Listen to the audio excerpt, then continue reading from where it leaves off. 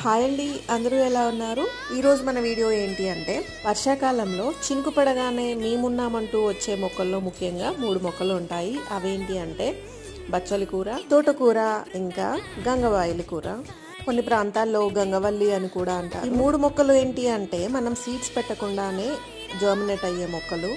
తెలంగాణ వాళ్ళకి ఈ ఆకు గురించి బాగా తెలుసు. ఈ ఆకు అండ్ మామిడికాయ కాంబినేషన్ లో లేదా పప్పు ఆకు కాంబినేషన్ లో చేస్తారు. కర్రీస్ చాలా టేస్టీగా ఉంటాయి. చవకగా దొరుకుతుంది అండ్ చురుగ్గా పెరుగుతుంది అని చెప్పి చులకన చేయకండి, ఎందుకంటే చాలా హెల్త్ బెనిఫిట్స్ ఉంటాయి. చూస్తున్నారు కదా, వీటి సీడ్స్ ని కూడా కలెక్ట్ చేయడం చాలా ఈజీ. ఇవి వర్షాలకి గాలికి ఆ సీడ్స్ అనేవి మళ్ళీ కొండిలో పడిపోయి కొత్త మొక్కగా తయారవుతాయి. ఇందులో ముఖ్యంగా ప్రోటీన్స్, మినరల్స్ అండ్ న్యూట్రియంట్స్ ఎక్కువగా ఉంటాయి కాబట్టి తప్పకుండా తీసుకోండి. మొక్కలో వేడిని తగ్గించే గుణాలు ఎక్కువ ఉంటాయి. సో ఇది ఇవాల్టి మన video. Stay tuned for more gardening videos.